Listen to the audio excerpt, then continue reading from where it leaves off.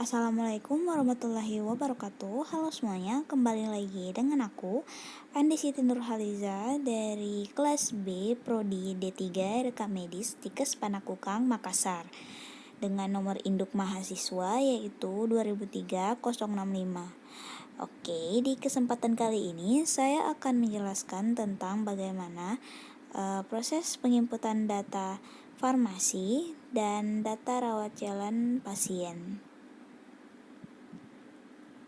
Seperti praktikum yang sebelumnya, di praktikum kelima ini kita akan menggunakan aplikasi sistem pelayanan Puskesmas Wadas dan kita harus membuka website terlebih dahulu menggunakan Google Chrome atau situs web yang kita punya. Lalu masukkan email yang sudah terdaftar dan masukkan password.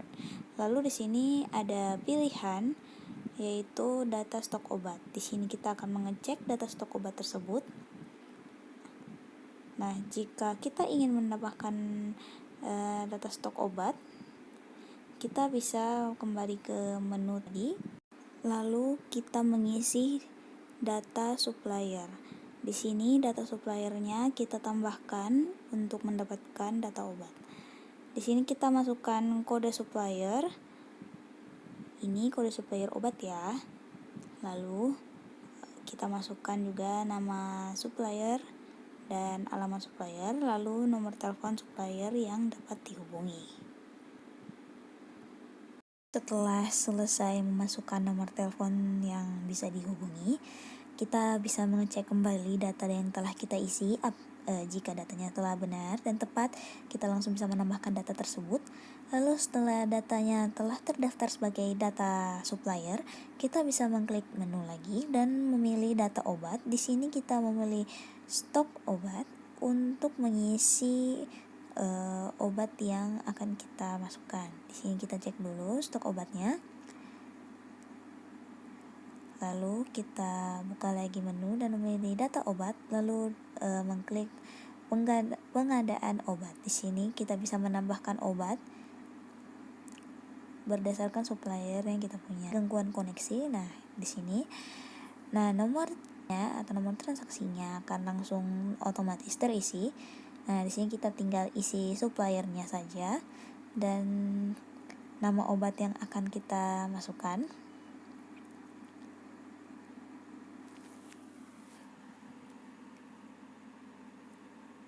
Untuk bagian kode obat dan jenis obat, saya tidak tahu kenapa tidak bisa diisi.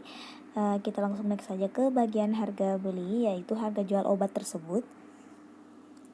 Di sini kita masukkan harga obatnya, Rp224.400. Nah, ini jumlah. Lalu kita masukkan satuan obatnya.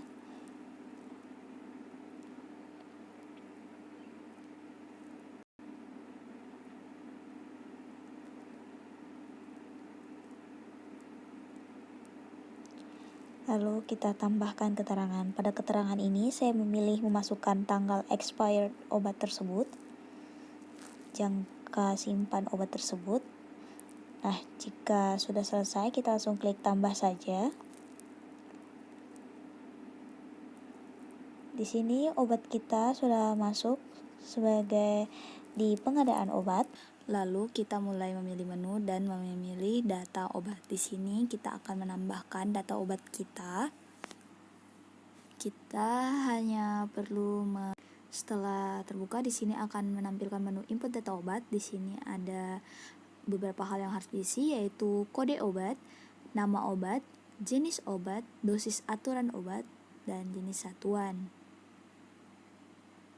Kita masukkan kode obatnya terlebih dahulu. Lalu setelah itu nama obat. Lalu kita mengisi dosis aturan obat dan jenis satuan obat. Setelah itu kita klik tambah jika sudah selesai mengisi data tersebut. Nah, otomatis obat kita akan masuk ke dalam keluar data obat. Setelah selesai mengisi data obat, kita bisa memilih data tindakan berobat kali ini. Nah, di sini untuk mengisi data berobat pasien, data tindakan berobat pasien, kita mengklik di menu dan memilih data tindakan berobat. Setelah itu akan muncul pilihan. Nah, di sini kita hanya perlu mencari nama pasien yang akan ditindaki oleh dokter, maksud saya. Setelah kita menemukan nama pasien yang akan diinput data tindakannya, kita tinggal mengklik tombol mata yang ada di samping kanan nama pasien, dan di sini kita bisa memilih input tindakan. Di sini akan otomatis masuk pada poli tujuan yang telah terdaftarkan oleh pasien. Lalu setelah itu kita bisa memasukkan nama penyakitnya. Di sini kita hanya bisa memasukkan nama penyakit yang telah terdaftar pada server. Ini mencegah agar tidak terjadinya gangguan pada server yang kita gunakan atau pada website yang kita gunakan ini.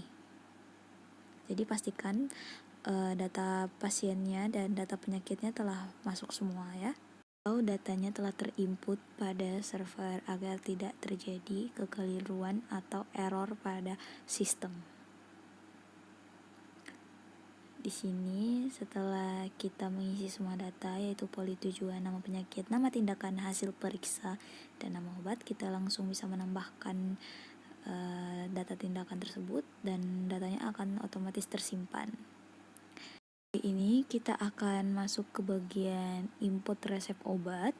Di sini sudah ada pilihannya, input resep obat. Kita tinggal mengklik saja bagian input resep obat. Di sini sepertinya ada sedikit gangguan jaringan, makanya prosesnya agak sedikit lebih lama dari biasanya. Kita tunggu saja hingga pilihannya terbuka. Jika error seperti ini, kita tinggal merefreshnya lagi, lalu menginput kembali. Nah, setelah pilihannya sudah atau formulir ada, kita langsung mengisinya saja dengan nama obat yang kita gunakan, jenis obatnya itu apa, lalu dosis obat dan aturan obat yang harus dikonsumsi oleh pasien tersebut.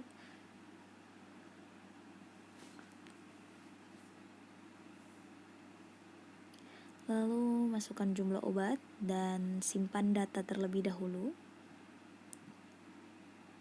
Maka data tersebut akan tersimpan pada bagian input resep.